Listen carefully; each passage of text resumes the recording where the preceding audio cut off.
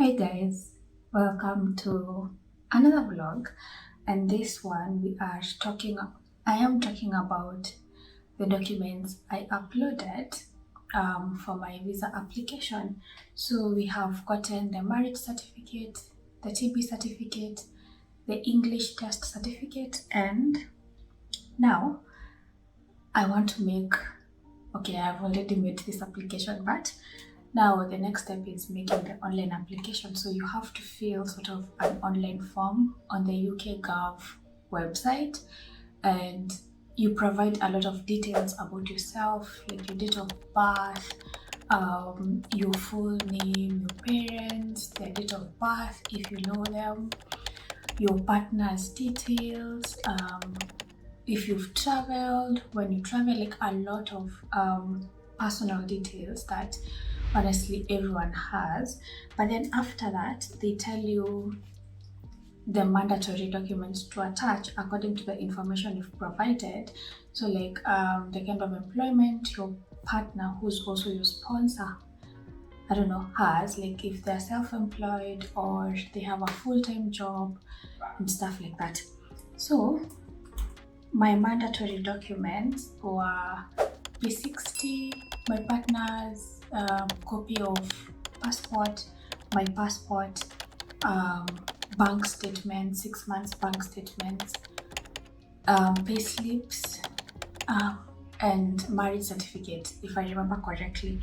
But there are so many documents that you have to attach, and this I found out after I did sort of online research. Like I joined Facebook groups for the UK spouse visa. I did a lot of googlings, so I found out like a list of documents that you are kind of supposed to attach and they're not mentioned. So it's sort of, it's sort of common sense, something like that. They also help kind of strengthen your application. So once you fill out the online application, don't just attach the mandatory documents they tell you about. There are more evidence that you need to provide. So for instance, you have to provide, so I categorize the evidence, or the evidence is categorized into like, I don't know, groups. So there's financial evidence. This is where you show bank statements, pay slips, and all that. There's accommodation evidence, because they need to see that your partner or your sponsor has enough space for you to live in. And there's also relationship evidence. So this is where you show that you are in a genuine and subsisting relationship. What else? And then of course personal documents that you have to provide. There's also the language, that is the English test and all that. So I put them down, and I wanna just go through what I uploaded personally. So please, if there's noise outside, please forgive me. And I'm sitting right behind the door, so don't worry about anything looking weird. Where will I start? Financial evidence, because the finances are very important. Like you have to be earning, for us it was £18,600 per year, and you need to show evidence of that. If your sponsor earns less than that, yeah, you will not get the visa. So for our application, depending on the kind of job my sponsor was doing, because he was in employment full-time, so the financial requirement was £18,600. I know it's different for different people depending whether if you have children, stuff like that. Anyway, so the financial evidence I uploaded were 6 months bank statements, and my sponsor was working 2 jobs, so I uploaded like 12 bank statements, 6 for the first job and 6 for the second job. Then I uploaded 6 months pay slips, same as the bank statements for the 2 jobs. So 6 months pay slip for the first job, 6 months pay slips for the second job. And then letter from the employer. So I uploaded 2 letters. That is one from the first employer and second letter from the second employer. So this letter is just to confirm that the sponsor works there, how much he earns, um, you know, the is it permanent kind of employment and all that, how much does he get paid per hour and stuff like that. And then I uploaded 2 P60s and contracts of employment, so for both jobs. So I uploaded 2 contracts of employment, and then I also uploaded HMRC tax document that shows how much tax the sponsor had paid the previous year. So I don't think that is not a requirement. I just uploaded it, but those are the documents I uploaded for the financial evidence. So I kind of downloaded, like not really downloaded, my sponsor sent to me the bank statements and I put them together in a PDF, like page 1, page 2. So page 1 was like first month, page 2 second month, like that. So bank statements for one company, for one employer, one document, the other employer, the second document, so that I just wanted to make it easy for whoever is looking at the application. So that is the financial evidence, and you have to be very careful. You have to read even the guidance on the UK Gov website to make sure you have all the details. That is, if you choose to make the application for yourself. Some people decide to use a solicitor. So yeah, accommodation evidence. You need to show that the sponsor, or you and the sponsor need to show that there's enough room for you to be living in when you move to the UK. So I sent pictures of the space. So it's a 2-bedroom house. Actually, that time it was a 1-bedroom house. So 1 living room, 1 bedroom, and a kitchen, a bathroom. Yeah, so I sent pictures of that because it will just be me and the sponsor. And then a letter from the landlord. So the landlord for my sponsor was not comfortable to kind of give us a letter. So I just kind of attached his response to the email. When my sponsor requested him to write for him a letter, he said no, but your partner is allowed to live here, blah blah blah. So it's just an email, a reply to an email. So I just screenshotted the screenshot. I took a screenshot of that, and then I attached it as a document. And then tenancy agreement. So this is like, people in the UK sign tenancy agreements when they move into an apartment. Even in Kenya, some people sign contracts. So that contract attached a tenancy agreement which shows the number of people who are allowed to live in that apartment and how many people are living there, and the rules and all that. And then a council tax bill.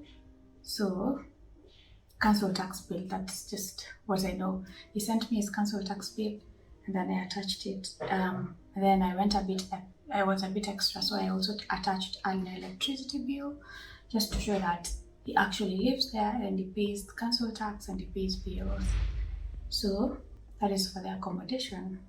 Okay, and then there's the applicant's documents. So these are my documents, and I uploaded a cover letter. So I wrote a cover letter just kind of summarizing everything, like how we met, when we started our relationship, when we got married, the things we like about each other, stuff like that, and showing that we actually want to live together. We want to live together in the UK permanently. So they usually ask you, like, you have to show that you want to live together in the UK permanently.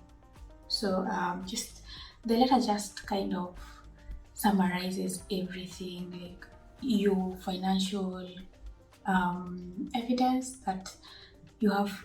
I told them how we meet the financial requirements, that my sponsor earns this amount of money, and I have attached bank statements and payslips and all that. I also just touched on accommodation, that there's enough room for me to live there and stuff like that. So it's just like a summary of everything, so that whoever is going through the application doesn't have to rummage through things. They can just find everything in one letter. And then also the letter, you can use the letter to kind of clarify stuff that are maybe the name. Like I remember for my mother-in-law's name, because I did upload her documents, her name in the passport is different from the name she uses now because she's divorced. So I had to explain that in the letter to explain just why the names are different. So you can use the cover letter to explain discrepancies and all that. And then English certificate, of course, TB certificate, of course, passport. Yeah, those are the documents I uploaded for myself. And then the sponsor documents. So this is my partner's documents. I uploaded a cover letter from him. So also just summarizing the relationship and the financial and all the requirements in his own way, in his own words, and a copy of his passport, evidence of his settlement in the UK, his ID, because I just wanted to give them everything so they don't have to kind of ask for more information or more documents. And then now the relationship evidence. This for me was the bulkiest, but I feel like the financial evidence and the relationship evidence are like the most important categories because you have to show that you meet the financial requirements and that your relationship is genuine and subsisting. So you don't just upload the marriage certificate alone, though I uploaded a certified copy of our marriage certificate, and then I uploaded kind of flight tickets to show that we have actually met in person, we've traveled together. I uploaded, what else did I upload? Unfortunately, I haven't written down the relationship evidence that I uploaded. But so marriage certificate, flight tickets, emails like of us booking rooms in Diani, so confirmation emails. I also uploaded cards that we received, congratulations cards after our marriage. I uploaded pictures of us getting married in the registrar's office. I uploaded pictures of us, like my partner, me, and my family, like with my sister, my niece, my mother-in-law. So I uploaded all that. I also uploaded his ticket coming from UK to Kenya to show that he traveled to Kenya. I also uploaded my mother-in-law's ticket to show that she traveled. Sorry, there's an airplane passing to show that she traveled from Bulgaria to, from her country to Kenya, and also pictures of, her in Kenya with us so that they can actually see. I also uploaded pictures of us like in Masai Mara. You just need to show that you have met in person because you cannot get the visa if you've just been online, like you've never met in person. You have to have met in person. And pictures, flight tickets, maybe receipts of things we've paid together. Like I uploaded receipts of our wedding rings and all that. Such things show that you have been together physically. And if maybe your partner came and then you booked maybe an Airbnb and the receipt shows both your names, or maybe somehow you live together at some point and there's a tenancy agreement with both your names, you upload that. So I uploaded all that. I kind of was going an extra mile for this because I preferred to provide extra information and provide less than is required. So just a recap, there are financial evidence where you kind of show how you meet the financial requirements. There's relationship evidence where you show that your relationship is genuine and subsisting and that you have met in person and you've done things together and stuff like that. There's also accommodation evidence where you show that your partner has enough room for you and wherever you'll be living will not be crowded if you move in there. And there's also personal documents for both you and the partner. So your documents like your passport, your cover letter, your TB certificate, your English language test, your partner's or sponsor's documents, that is his cover letter, his passport, his identity card, but that is not mandatory, honestly. So make sure you provide all documents.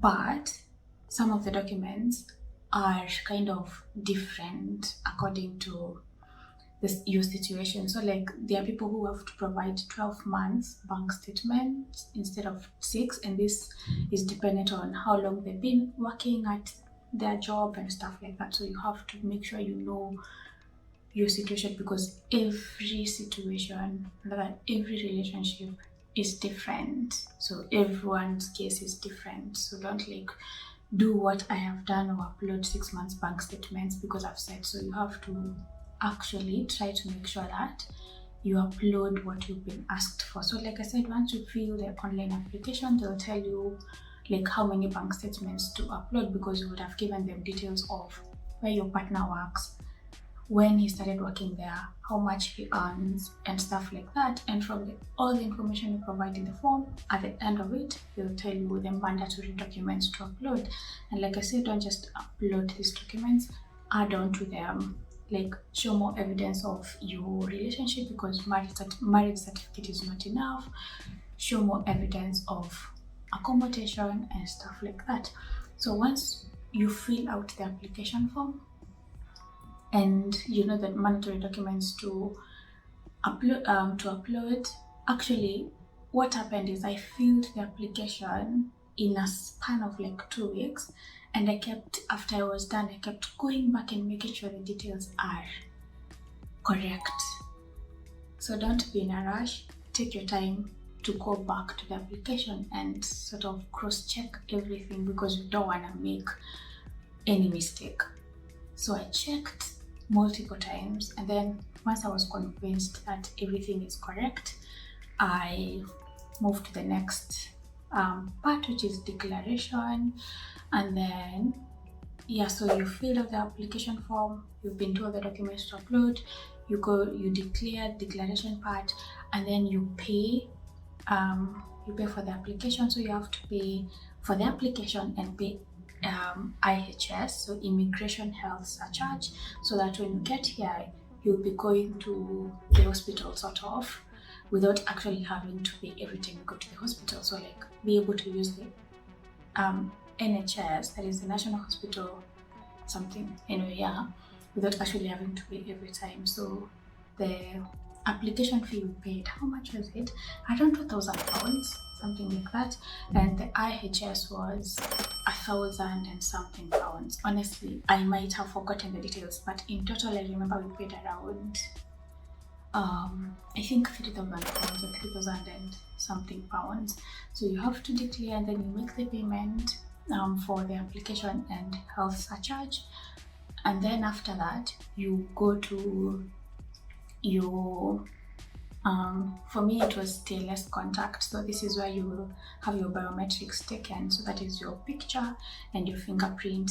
And so there's like, for us it was TLS. It's like a company that kind of handles the applications for the UK Gov, if I'm not wrong. So I know there's TLS and there's another one in other countries. So for me it was TLS Nairobi.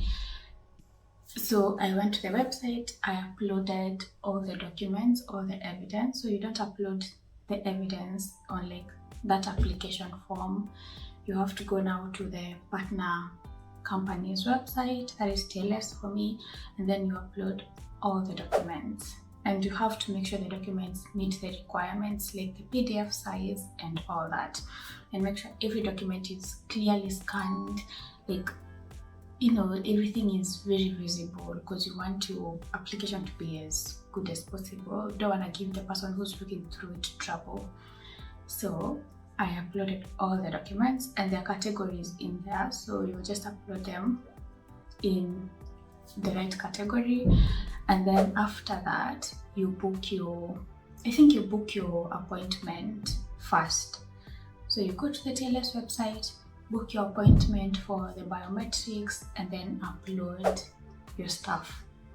When I went to the appointment center, the TLS contact, it was quite smooth, just giving your documents, like your confirmation for the booking and your passport, and then you wait for your turn to get your picture taken and your fingerprints. And if you had not like uploaded documents, or some documents were giving you trouble uploading, you can take them to TLS at the center and they'll upload them, scan and upload them for you. But this will cost you, this will cost you more money. So that is what happened. The biometrics appointment is like the easiest of the process. So after the application, I had to wait for 6 months, that is 120 working days. And normally when I made the application, before COVID, it was 60 working days. But when I was making my application, because of COVID and the way it had slowed things down, like they had like, I don't know, sort of a backlog of applications, so they had to extend the waiting time. And so for me it was 6 months, that is 120 days. Yeah, that's a long wait, I'm telling you, that's a long wait. But I just kept myself busy with stuff. I made sure I am kind of checking the Facebook groups to just keep myself updated and all that.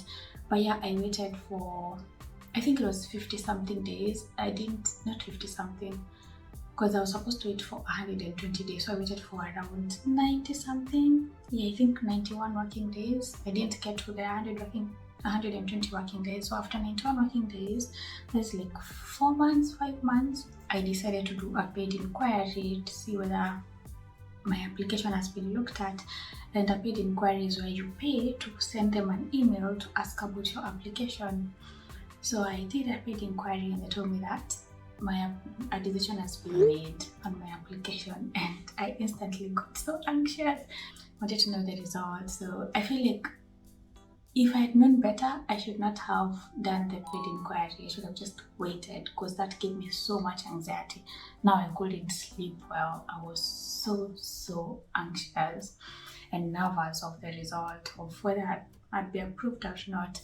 But after like 2-3 days, I think like 1 week, let's say 1 week, I got another email that my passport is ready for collection.